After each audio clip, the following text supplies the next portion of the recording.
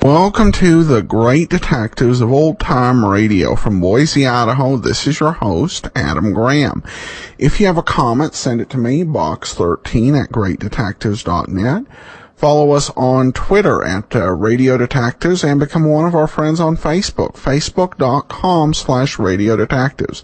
Before we do get started, I want to remind you that we do have two other podcasts. The Old Time Radio Superman show you can follow at laserandsword.com, and The War, our Old Time Radio War podcast. We're about halfway through with that, and you can go to thewar.greatdetectives.net. That's thewar.greatdetectives.net to follow that podcast as we look at World War II through Old Time Radio. Well, now it's time for us to wrap up this week's Johnny Dollar serial, and coming up later on will be an episode of Manhunt. But here now is the Picture Postcard Matter, Part 5. From Hollywood, it's time now for... Johnny Dollar. This is Otto, the innkeeper, Herr Dollar. Oh, good. I was away from the desk for a few minutes and just received the message that you called. Look, Otto, I'm at the little hotel down in the village. You're not planning to move out of the Clybark Inn, I hope? No, listen. I want you to do me a favor. Of course. Have you seen Jeffrey Harris? The English gentleman? No. Then keep a sharp eye out for him. Oh? Yeah, and the minute he gets back to the inn, call me. But don't let him know you're calling me. Whatever you say, Herr Dollar. But is something wrong? Plenty.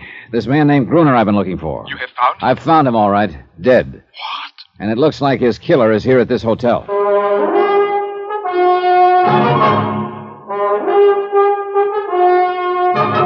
Tonight, and every weekday night, Bob Bailey in the transcribed adventures of the man with the action-packed expense account. America's fabulous freelance insurance investigator. Yours truly, Johnny Dollar.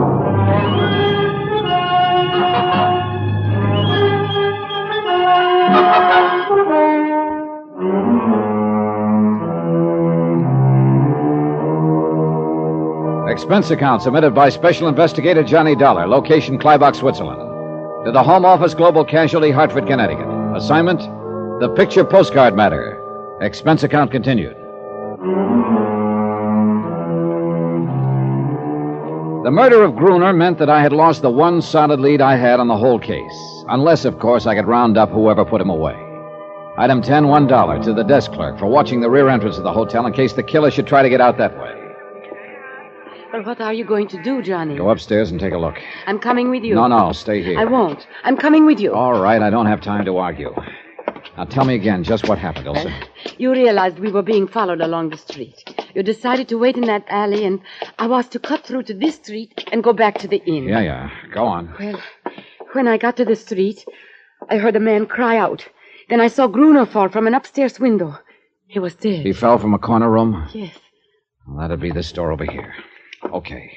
Get back against the wall, also. All right. Be careful, Johnny. Yeah.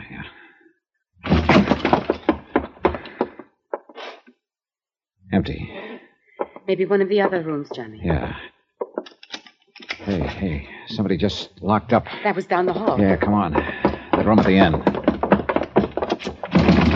Get back, Elsa.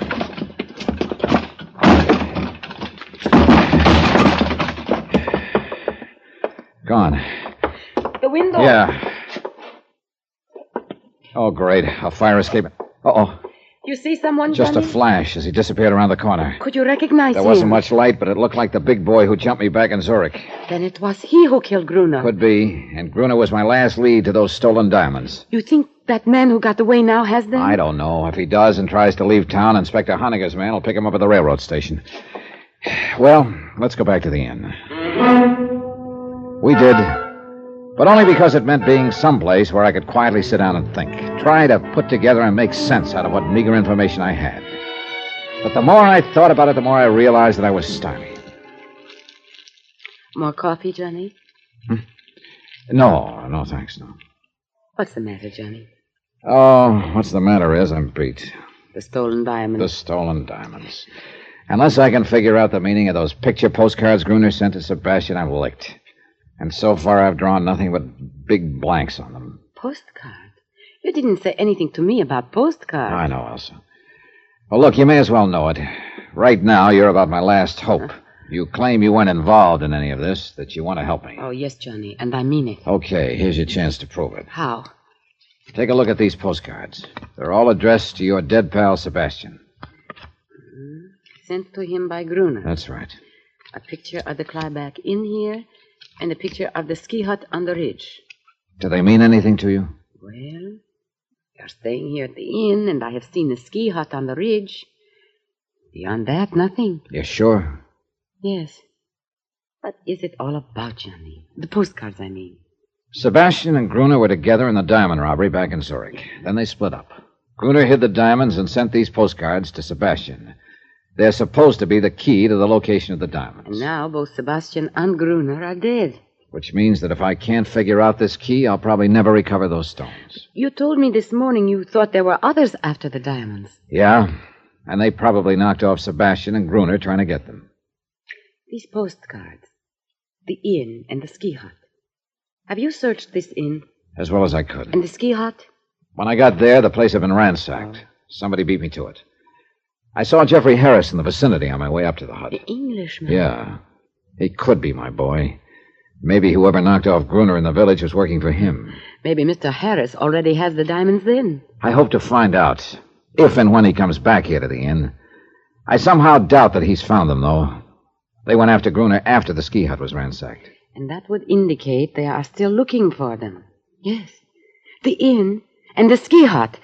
Wait, Johnny. Perhaps the diamonds are somewhere on a line between the two places. I thought of that, but it doesn't work. You can't see the ski hut from here at the inn. A ridge cuts it off. And where on a line between the two? They're about 5 miles apart. I wonder if... Hold it, Elsa. What is it? Jeffrey Harris, just coming in. See you later, Elsa. Well, it's the dollar chap. Yeah, that's right, Harris. The dollar chap. Enjoying your stay at Clyback, old man? Well, let's say it's been interesting. Delightful place, really. I'm a bit of a mountain climber, you know. Yeah, I know. Oh, you do? Oh, I didn't think my reputation had spread that much. Oh, I'm really just an amateur, but it's great fun. You did some climbing today, I believe. Yes, matter of fact, I did. Splendid face of rock up there. It gave me quite a workout. And you were down in the village this evening? Oh, yes. I say, old chap, you seem to be rather an inquisitive sort. Why all the questions, huh? Well, this morning I got shot at up on the ridge. What's that? This evening a man was murdered in the village. Both times you were in the vicinity. Oh, now, look here, Dollar. Let's not be absurd, right? I'm sorry that someone was potting away at you this morning, but I assure you I had nothing to do with it, and I didn't even know about the murder in the village. Plus the fact you've been pretty interested in me ever since I arrived here at the inn. Yes, but I've explained all that. I thought at first that you might be my old friend Bunny Dollar from London. Look, let's quit talking about old Bunny Dollar and start talking about that rifle of yours with a telescopic sight. Don't be ridiculous, old boy. I don't have any rifle. Well, I just happened to have found one in your closet today. I say, you are a snooper, aren't you? But you must have gotten to the wrong closet. I tell you, I don't own a rifle. It was there, all right, and it was your closet. Well, then somebody left it there by mistake. Now, look here, Dollar. I haven't the slightest idea what you're driving at, but I assure you I am in no way involved. And I must say I don't care for your attitude or behavior. Yet to think I had you confused with old Bunny. Well, you're not in the least like him. No, prowling in my closet. I guess I drew a blank there. Elsa, where did you... Herr Dollar? Oh, Otto. Where did Elsa go? Why, I do not know. She was sitting there a few minutes ago. Perhaps she went up to her room. Yeah. Herr Dollar, this man you were looking for, Gruner. I'm not looking for him anymore, Otto. Like I told you over the phone, he got himself killed in the village this evening. I know. And that is what made me think you might be interested in this. Oh, hey, another postcard. Where'd you get it? It arrived today. It was addressed to the man called Sebastian in care of my inn. That means Gruner didn't know Sebastian was dead. Hey, this could be the missing part of the key. Key? A picture of the village square. Does that mean something to you, Herr Dollar? I'm sure it means something, all right. But I'm not sure what. I went to my room and put the 3 postcards side by side. The inn, the the ski hut on the ridge and the village square. The trouble was, I couldn't be sure this was all there was to the key. Maybe Gruner had planned to send more cards, but he wouldn't be sending any now. Yeah, from any point of view, I was getting nowhere. Then I stopped cold. Point of view. I looked at the cards again. You couldn't see the ski hut from the inn, and you couldn't see the inn from the village.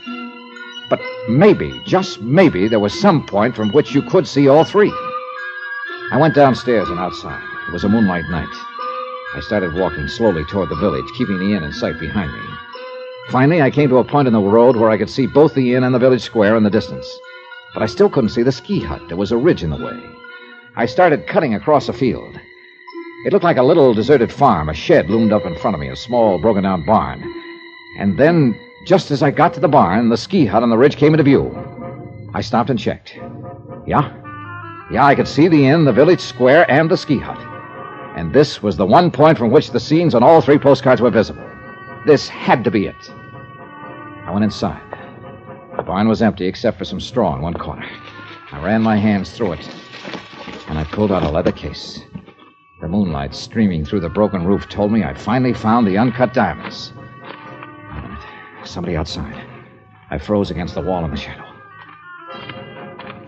He came in. I let him get close. Then I dove at him.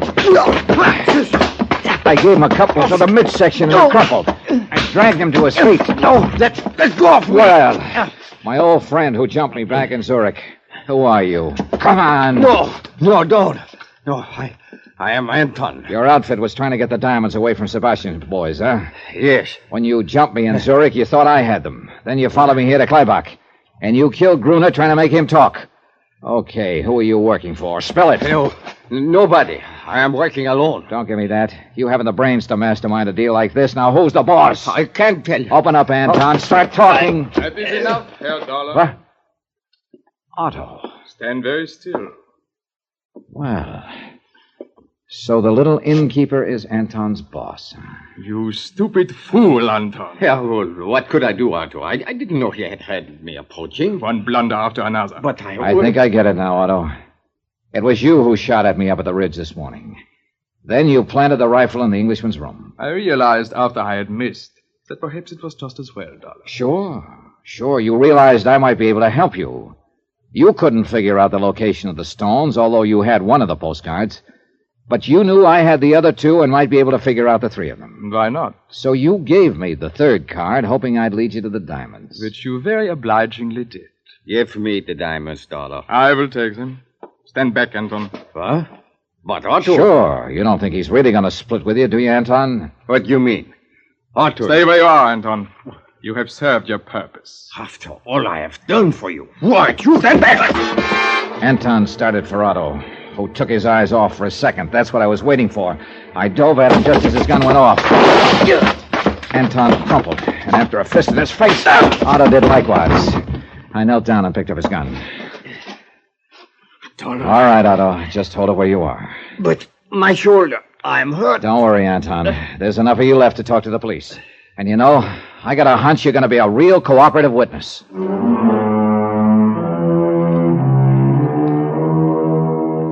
Expense account, 14th and final item, $678.50, transportation and incidentals home. Total expenses, $1,723 even. Remarks? Otto and Anton were turned over to Police Inspector Honegger. The diamonds are in safekeeping. About Otto. Well, greed is one of the 7 deadly sins. It sure turned out to be the deadliest one for Otto. About Elsa? Well, please consider me available for any future assignments in Switzerland. End of report. Yours truly, Johnny Dollar.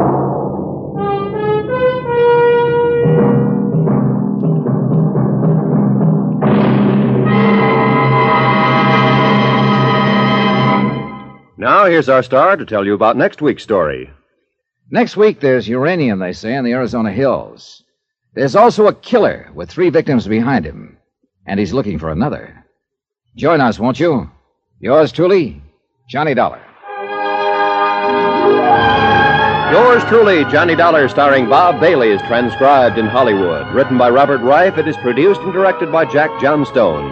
Heard in our cast were Lucille Meredith, Victor Perrin, Forrest Lewis, Stan Jones, and Ben Wright. Musical supervision by Amerigo Marino. Be sure to join us on Monday night, same time and station, for another exciting story of yours truly, Johnny Dollar. Roy Rowan speaking.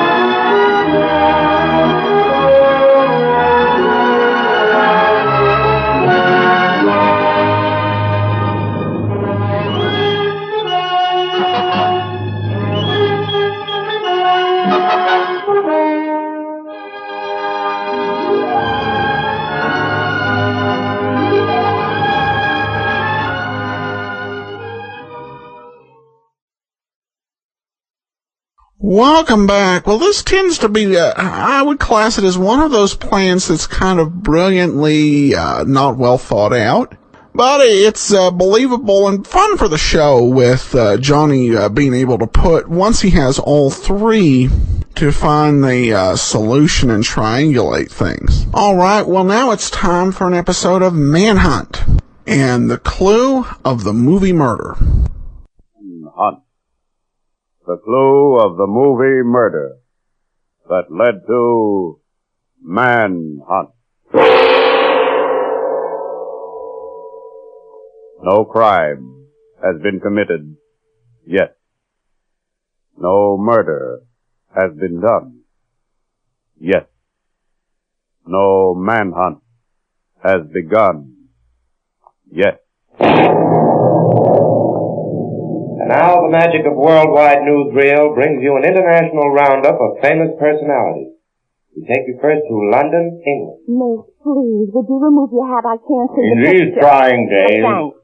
and in those which may readily be expected to follow, it is advantageous now, as well as important to the future, that we understand England's aim and the preparation we are making for... This man next to me is dead!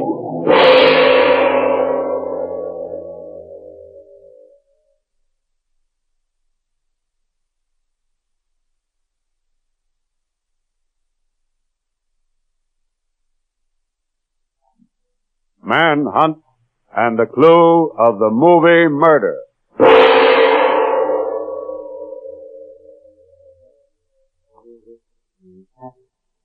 A whole week without a good murder case. If you keep ignoring the fact that I'm alive, there'll be a murder, but you won't be around to solve it. Pat, my pet, one more word from you and I'll rub a chemical from my laboratory on you and you'll disappear. Oh. Yeah, it still is. The assistant at the homicide department says he went to a movie.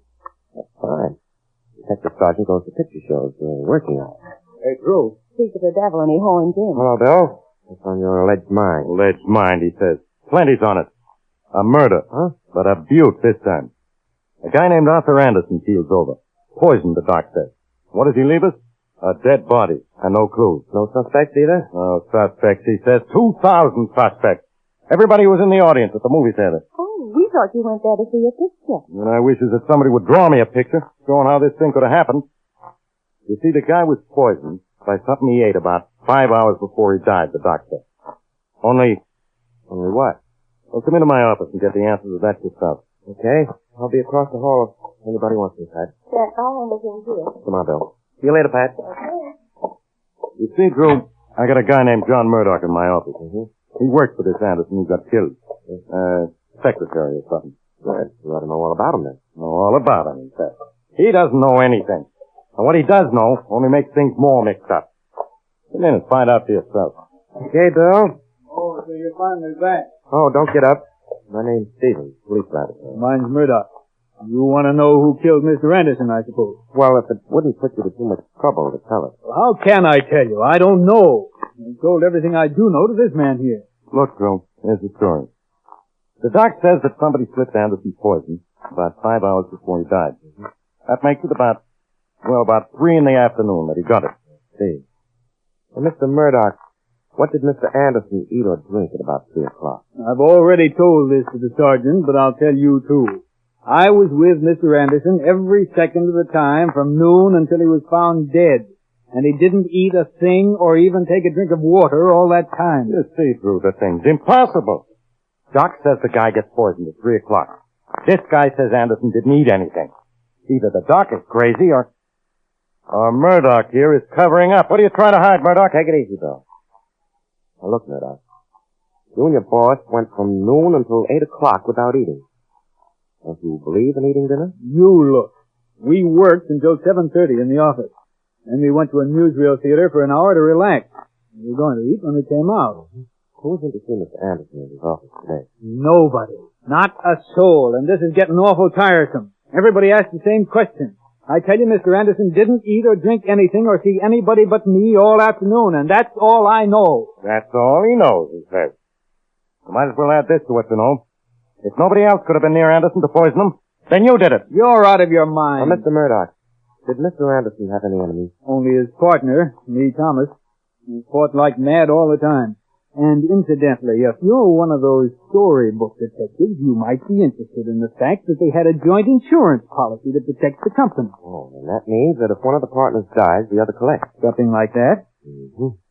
Where can we find this, Mr. Lee Thomas? He operates our branch office, a couple of 100 miles from here. But you can skip any ideas you're getting. He didn't leave that office all day today. I had to check with him every half hour on a deal, and I talked to him long distance 10 or 12 times this afternoon. That's right, Bill. Telephone records confirmed it. Thanks. And now, Mr. Murdoch, just one thing more. Give me the home address of Mr. Anderson, will you? Why do you want to know where this guy Anderson lives, Bill? Come over closer to me, Bill, and I'll whisper it to you. Okay. Come over and I'll spell it. How did you want Anderson's home address? Hey, too good. I haven't the slightest idea.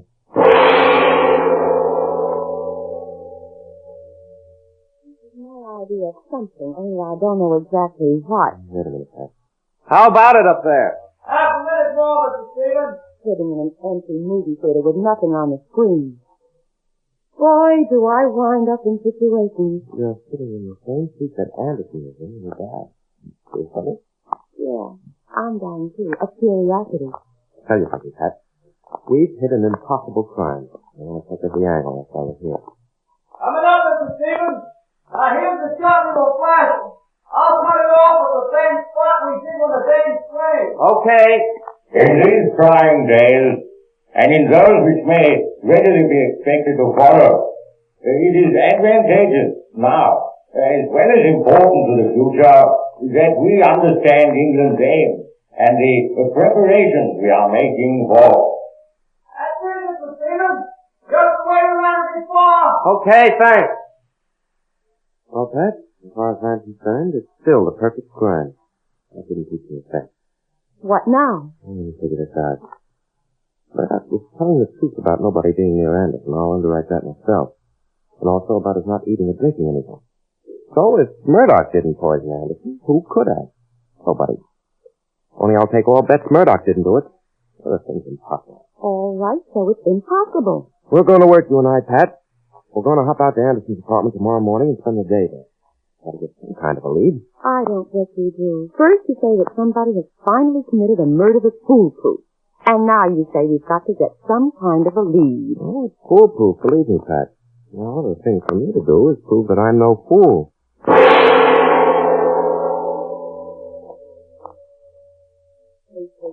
Papers. I've seen nothing but correspondence for hours. That guy Anderson never threw anything away. Oh, he could have thrown everything away as far as I'm concerned, Pat. Not a thing of any value except his quarrels with his partner, and he knew that. Well, Shelby, as the saying goes, Graham. Yes, I guess so. As the saying goes, so go we. Wait until I feed Anderson's cat, too. He's probably starving. Little Miss Humanity. Yeah, that sounds like me, doesn't it? But I'm always trying to dumb animals. You should know. Oh. Well, the cat was out in the foyer when last heard from. I'll go find it. All right. Then we can get out of here, I guess. Nothing here for us. Well, come inside and see what's happened. The poor cat's dead. Oh, she's dead. Where, Pat? Come on, I'll show you. See it over there by the door? Oh, yes. What's lying there? Oh, there's some letters that the postman threw under the door. They were there when we came in. Oh, poor little kitty. Let's take a look at these letters. That's the bill, phone bill. Oh, the letter is transferred into postage. Who was it addressed to? Return letter? Uh-huh. Nobody. The post office box number. 505 Northville. What's that? Oh, upstate about 250 miles. Why? No reason. Let's see what's inside there. Yeah, you need to stay sealed. That's a poor quality newsreel being used nowadays. Who cares? What's in the letter? Money. 10 $1 bills and a card that says, "Gentlemen, enclosed, please find $10. Price printed on the circular you sent me. Please get me the calendar and desk clock you offered me at this price. Signed, Arthur Anderson." What's your human about, Drew? Well, here's saying you there's something awful unbelievable in my ears. There's only one way to check what I'm thinking. And this dead cat makes the whole thing logical. Pat, you and I are going up to Northville to visit Post Office Box 505. It's all right with me, Drew, but what's the dead cat got to do with it? It may well be, Pat, my pet, that this dead cat means the murderer will wind up with a cooked goose.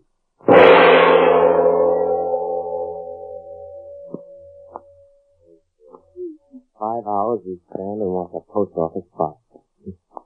Oh, look, Drew, the postmaster. Isn't that the signal we agreed on when somebody asked for a letter for 505? That's it, Pat. That's all. I beg your pardon. My name's Stephen. Police. Police? If it's about my partner's death, I've told the police all I know. I can prove I was in my office all yesterday afternoon. Yes, I'm pretty sure you were, Mr. Thomas. Oh, that's right, isn't it, Mr. Lee Thomas? Is this the letter you just inquired about, Mr. Thomas? I don't know. Give it to me. Oh, that's your writing on the envelope.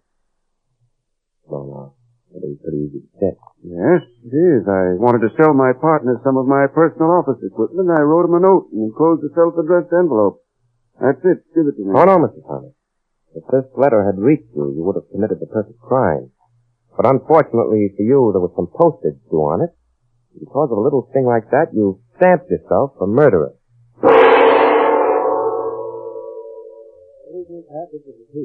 Only an accident prevented Lee Thomas from actually getting away with murder. Well, now that he's confessed, tell what happened. All of it. Okay. Lee Thomas wrote Anderson a letter offering him a terrific bargain in a desk clock and calendar.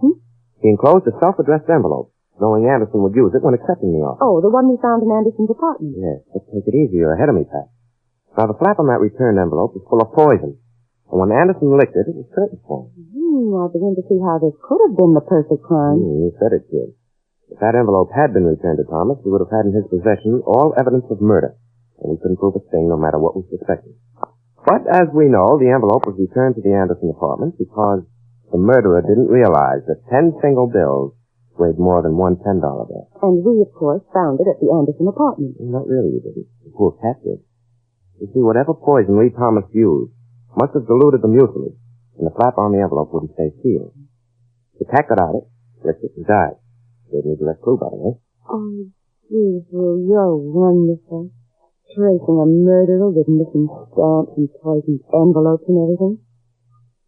I ought to be scared to do this, but I want to ask you a question. Sure, go ahead. Okay. Drew, you want to play post office with me? Welcome back. Well, good to have a Churchill impersonator on hand. I wonder who did that particular role. And since the big things with these cases are the puzzle, I thought this was actually pretty good, though not impossible to solve. Though I do wonder with the weight of currency, whether 10 ones would change a lot, but probably would. So I'll buy the conclusion unless and until someone who's a listener who happens to work for the Postal Service has other information. All right. Well, we continue on with yours truly, Johnny Dollar, on Monday. Manhunt returns next Friday, and join us tomorrow as we start a new series for the next 18 weeks, Police Headquarters. And we have one listener comment, just someone who stopped in on Podcast Alley and said, great podcast. Well, thanks so much. I do appreciate your support. And we will see you tomorrow. In the meantime, follow us on Twitter, Radio Detectives. Give us a call, 208-991-4783. But from Boise, Idaho, this is your host, Adam Graham, signing off.